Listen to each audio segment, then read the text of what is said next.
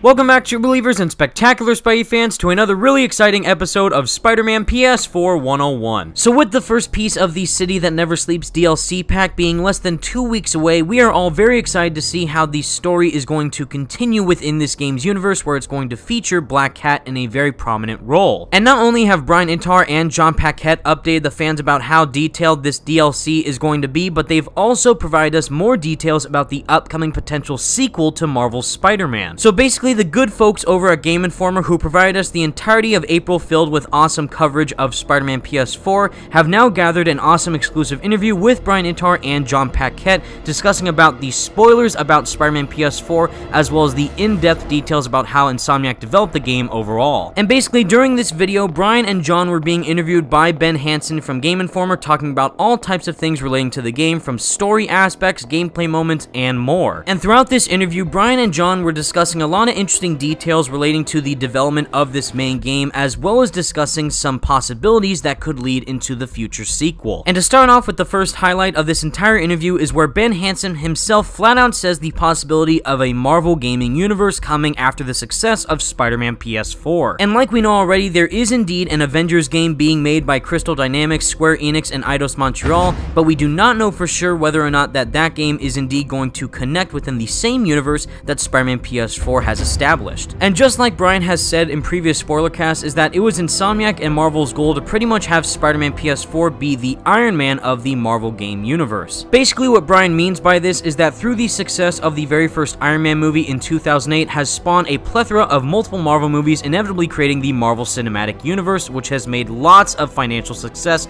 and critical acclaim. And seeing how successful Spider-Man PS4 has been received from critics and fans with super high review scores and a great amount of sales, I think it is inevitable that we are indeed going to get a sequel to this game, as well as the expansion of the entirety of the Marvel franchise within the world of gaming. Is this 1000% self-contained? Because obviously in the game there's the joke about like, oh, I think the Avengers are on the West Coast. I'm sure you want to ask about the Marvel gaming universe. That's what everybody's asking. Of course, yeah. We got to get that Iron Man. And what I mean by Iron Man, I don't mean like the start of a universe. Right. It's the start of like the Marvel experience that you expect from a console game. It wasn't about the start of a Marvel gaming universe. It was about the quality bar that we all expected from those games.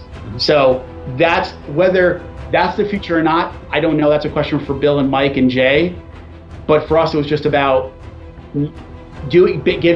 giving fans the best Spider-Man experience they could ever imagine. Yeah. And even though Brian pretty much says that Bill Roseman would know more about the future of the Marvel Games franchise, it does show that with the success of Spider-Man PS4 will inevitably spawn a lot more Marvel-related games, just like the Avengers project is doing, and we can definitely expect a lot more awesome Marvel games down the line. As for knowing whether or not Spider-Man PS4 will indeed connect to these other Marvel games is still unclear, but I do think that there is a very high chance that it might, given its huge success. But still, as for that front goes, we'll just have to wait and see. Now, moving on to the second highlight of this entire interview is actually something really interesting that's brought up by Brian Intar relating to Dr. Octopus. So as we all know, Peter's main mentor throughout the entirety of Spider-Man PS4 was indeed Dr. Octopus, and the game ended with you defeating him on top of Oscorp Tower and sending him into the raft. And if you were able to read number 0 of Spider-Geddon, you did see Insomniac Spider-Man interact with Superior Spider-Man and have them actually discuss about the fate of Dr. Octopus within the game's universe. And even though we'll have to wait and see where the comic storyline goes on that front, Brian did imply that we may have not seen the last of him in this universe. There's a line, the last line Otto says to Peter is, "Don't worry, your secret safe with me." Yeah. Is that the chip's gone. So, but he says it in a really evil way. Yeah. So is it him? Was it? Is it did the chip have a permanent effect? Time will tell. Time will indeed tell. And given what Brian said there, if we are indeed going to see more of Otto Octavius within this game's universe, either in some upcoming DLC or even in the inevitable sequel, I would absolutely be totally down for that. Doc Ock was easily my favorite villain within Spider-Man PS4, and if we ever get to see more of him within this game's universe, I'm going to be extremely excited to see how it's going to turn out between him and Peter interacting again. But to quote Brian Intar himself, only time will tell. So moving on to the third highlight of this interview is actually having Brian and John discuss about about their thoughts of seeing the Venom movie and how they are most likely going to incorporate him within the inevitable sequel. So like we heard Brian say in another spoiler cast, is the reason why the black suit was not within Spider-Man PS4 is because that they think that that suit deserves its own unique story, and it would be shown in the way on how Insomniac would want to tell it. And just like we see at the very last post-credit scene of the game, is that a very sick Harry Osborn is indeed enveloped in a symbiote-like substance that is most likely keeping him alive. But what's very interesting during the interview is that Brian and John did say that they have both seen Venom in theaters and that they were looking at almost everything from the movie in terms of character portrayal, spectacle in action, and lots more. And even though it's not officially confirmed yet that we're going to get a sequel to Spider-Man PS4, you can definitely tell by Brian's tone that Venom will most likely be a huge part of the game's sequel, if not the main villain of the entire game. Especially if Insomniac is mixing things up with making Harry Osborn Venom instead of Eddie Brock, and seeing how much of an emotional connection Peter and Harry have with each other, that's going to make for some really good storytelling within the inevitable sequel. Have you guys seen Venom yet? Yes. Yes. Do you guys have a list of notes? Did it change your trajectory at all because you guys want to differentiate yourself moving into the future from what the movie is? No, not at all. I think any kind of Spider-Man thing that comes out, we try to read it or watch it or whatever, just because it's good for us to know if we're working on something that is Marvel. It's good to know what everybody else is doing and how they're interpreting. It's always interesting to see what talented writers, directors, studios do with these characters that a lot of us have grown up with. That's just kind of another kind of data point that we can look at and go, okay, how are they handling certain things across tone or spectacle or character development, etc. But in general, you guys pretty excited to kind of put your own spin on Venom? If the wind goes that way, I guess. I don't know. We'll see. Right now, we're focused on DLC. You like that answer? No, I don't like that at all, Brian. I mean, do you like the classic Venom as is? Are you attracted to that storyline, I guess is the question. As I said, on Kind of Funny, I think that suit and that character deserves his own story, and, you know, if we get to tell it, you know, cool.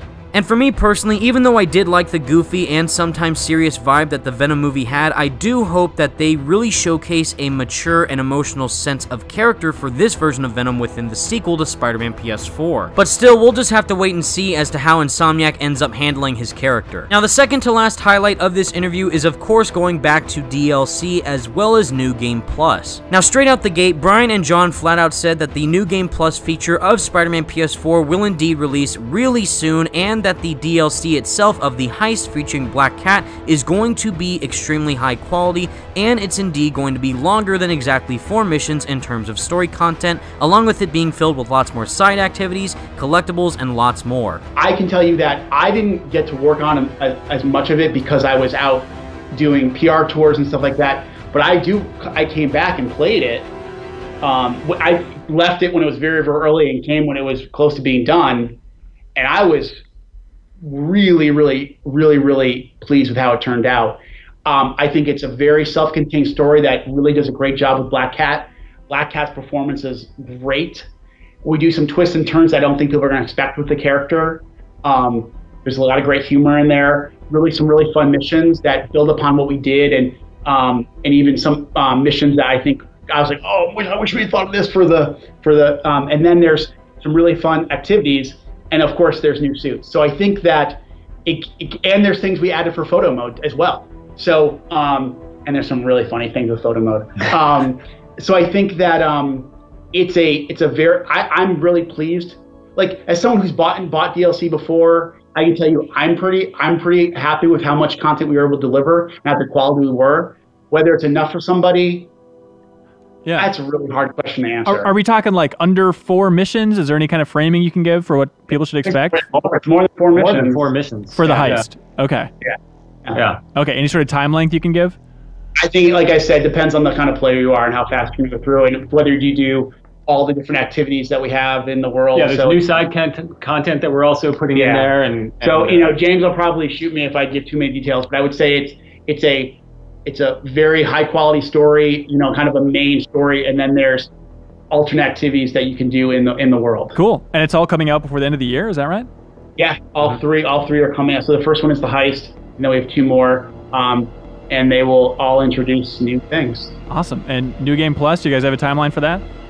soon, really, really soon. And even though we knew a lot of this info already, it is really nice to hear Brian's impressions when he got to play the DLC for himself. And once again, with the DLC being less than 2 weeks away, I'm very excited to see how Insomniac's version of Black Cat will interact with their version of Spider-Man in terms of the story. And given what we got already during the stakeout missions of the main game, I think we're in for a real treat when we actually are going to interact with Felicia Hardy herself during the main DLC. And as for the final highlight of this entire interview is actually a really important one because of how it relates to a possible co-op feature being implemented within the inevitable sequel. So as we see at the end of Spider-Man PS4 with the first post-credit scene is that Miles Morales, after getting bit by the spider, is indeed experiencing some spider-like powers, and Peter actually reveals himself to Miles as Spider-Man himself, and most likely is teasing at an awesome team-up duo within the inevitable sequel. And if we manage to play as a powerless Miles Morales and Mary Jane Watson within Spider-Man PS4, I do think if there is going to be a sequel, we will most likely play as Spider-Man both as Peter and Miles Morales. However, one of the main features that a lot of people are hoping that will be in the game given this story point is that people will be able to play co-op with their buddies both playing as Spider-Man at the same time, both as Peter and Miles. And seeing how Insomniac added a co-op feature within their last open world game of Sunset Overdrive, I do think it would be a really cool idea to have that feature be in the sequel to Spider-Man PS4, where the players can play as both Miles and Peter as Spider-Man and swing around the city and fight crime both at the same time. One last question. Scale of 1 to 10, how difficult is it to make a co-op game? Why do you ask that question? I mean, because everybody is screaming, okay, Miles and Peter, obviously, here we go, co-op game for the sequel. Yeah. Now for me personally, I do think we will be able to play as Peter Parker and Miles Morales both as Spider-Man with their own unique spider powers, but as for the co-op feature, that is still up in the air in terms of how Insomniac is going to handle it. And for me, I would be fine either way if we were able to play as Miles and Peter either in a single player game, or if they do make it co-op, make it even more fun for players to interact with their friends online and just swing throughout the city and have a huge awesome time. And with all that out of the way, everyone, that's the video that I have for you today, and please let me know all your thoughts in the comments section down below. If you saw the whole interview yourself, which part that Brian and John discussed made you more excited for the possibility of a sequel to Spider-Man PS4? For me, even though it does sound interesting to add a co-op feature within an open world Spider-Man game, nothing excites me more than knowing that Harry Osborn and Peter Parker will most likely go up against each other as Venom and Spider-Man. And if Spider-Man PS4 managed to handle Doc Ock's character in a phenomenal way, I can't wait to see how Insomniac and Marvel are going to handle this version of Venom. But anyways guys, thank you all so much for watching. Stay spectacular, Spidey fans. Peace out.